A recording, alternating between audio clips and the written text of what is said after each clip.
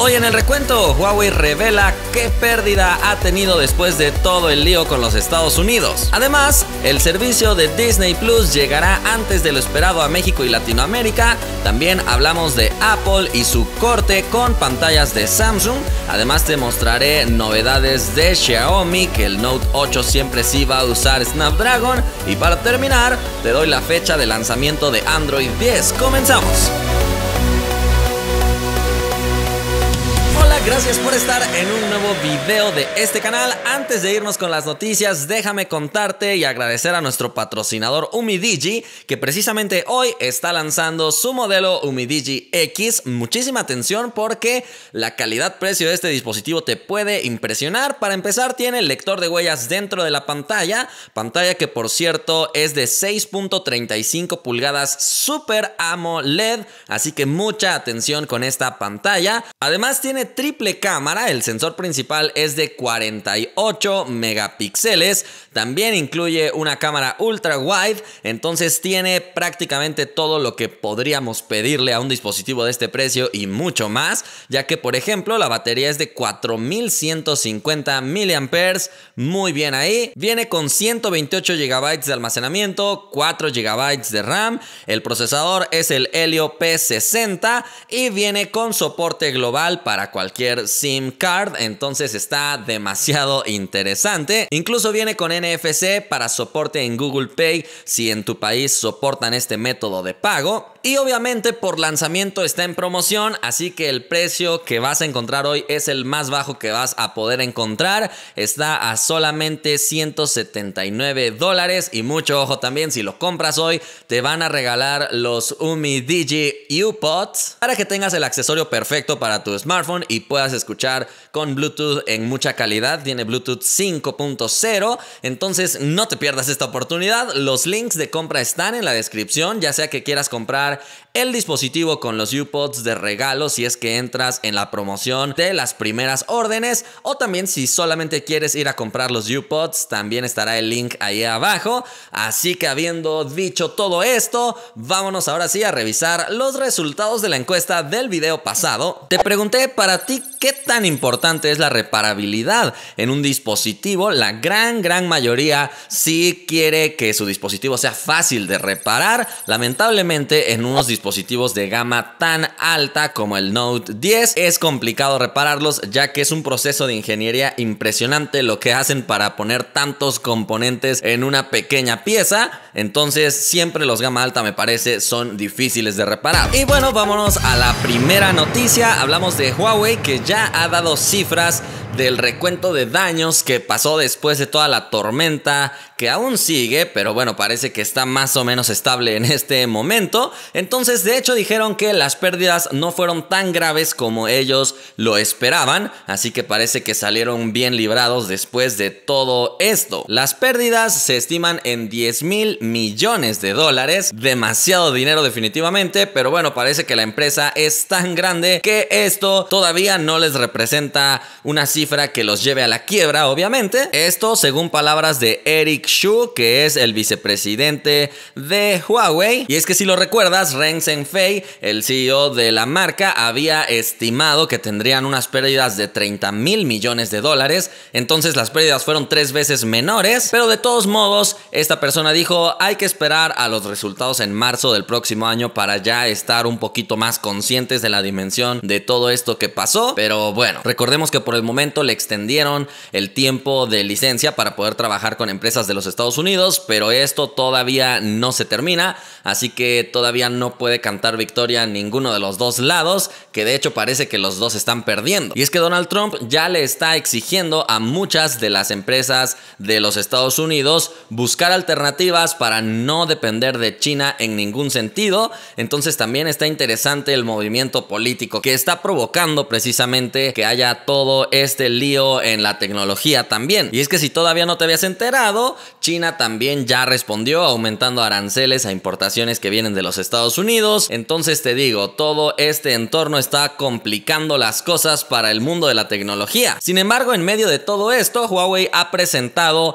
ya un nuevo procesador enfocado a compañías y empresas que se dedican al desarrollo de inteligencia artificial. Entonces no es un procesador que se vaya a integrar en un smartphone o algo por el estilo, es un procesador mucho más grande que, te digo, está enfocado a este tipo de servidores o megacomputadoras que se dedican al procesamiento de inteligencia artificial o a entrenar neuronas y más cosas de este estilo. El procesador se llama Ascend 910 y bueno, según palabras de Huawei, es el procesador más potente de su gama, digamos, o de su línea de competidores, y además consume menos energía, lo cual por supuesto en un modelo de entrenamiento de inteligencia artificial puede ser muy importante, porque normalmente se lleva su tiempo en entrenar a toda esta inteligencia, y si puedes consumir menos energía en ese mismo tiempo o incluso reducir el tiempo y con menos energía, estaría fenomenal. Entonces Huawei sigue progresando, pero no canta en victoria. Seguiremos esperando por aquí para conocer cualquier otra novedad y por supuesto te la estaré contando, así que asegúrate de estar suscrito. Mientras tanto, pasemos a la siguiente noticia, que es breve,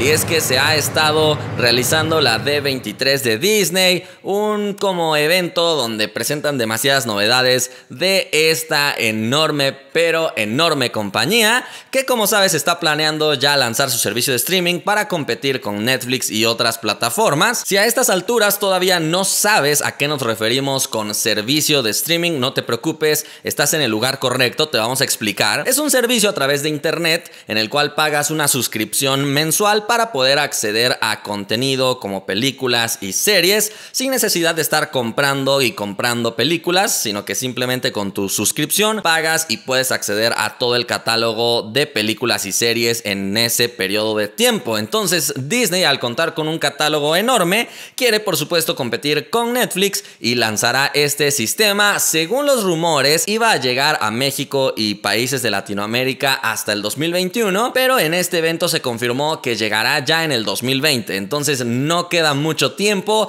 y además presentarán películas en exclusiva para estrenarse en esa plataforma. Es decir, ahora no se estrenarán en el cine como era la tradición o la forma clásica de ver películas nuevas, sino que Disney quiere darle todavía más atractivo a su plataforma, permitiéndote precisamente ver estrenos ahí, y además te estará dando más ventajas. Si pagas al año te costará menos, por ejemplo, en vez de pagar al mes. Pero no solo eso, Disney Plus también te va a dar beneficios como descargar contenido en 4K, lo cual te lo da Netflix pero con una tarifa más alta. Sin embargo, en Disney va a ser la misma tarifa. También contenido en HDR y descargas simultáneas. Entonces vaya que Disney quiere competir con todo contra estas plataformas. Pasemos a la siguiente noticia.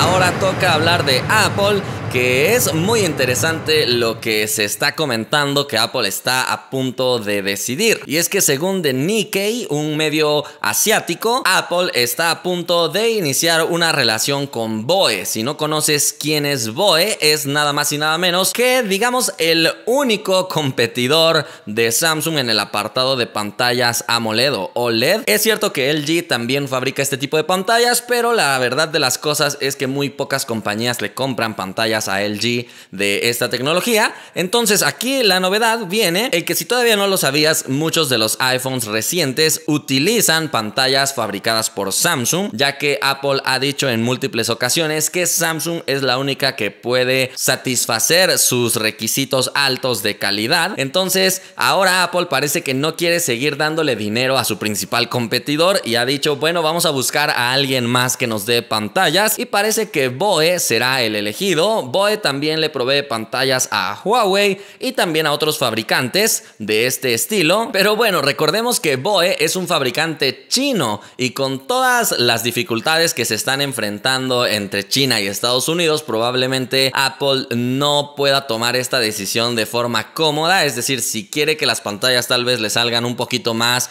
accesibles en precio, si va con BOE y después le suben los impuestos, le va a salir peor. Pero no solamente de precio podría tener dificultad, sino sobre todo en la calidad, ya que continuamente las pantallas de los iPhones más recientes han recibido unos reconocimientos importantes diciendo es de las mejores pantallas en el mercado de smartphones. No sabemos si al momento de cambiar a BOE en vez de Samsung siga conservando este buen reconocimiento de pantallas o pierda calidad y baje un escalón y ya podamos decir, bueno, creo que las pantallas de iPhone ya no sobresalen demasiado y ahora sí Samsung sería el rey de las las pantallas en los smartphones de gama alta premium. Participa en la encuesta y dime, si tú fueras Apple, ¿a qué fabricante le comprarías pantallas? ¿A Samsung, conservando buena calidad, sin riesgos de que sea de China, pero le estás dando dinero a tu competidor? ¿O a BOE, que es de China y tiene un poquito más riesgos en que te aumenten los impuestos y tal vez sea menor la calidad con respecto a las pantallas de Samsung?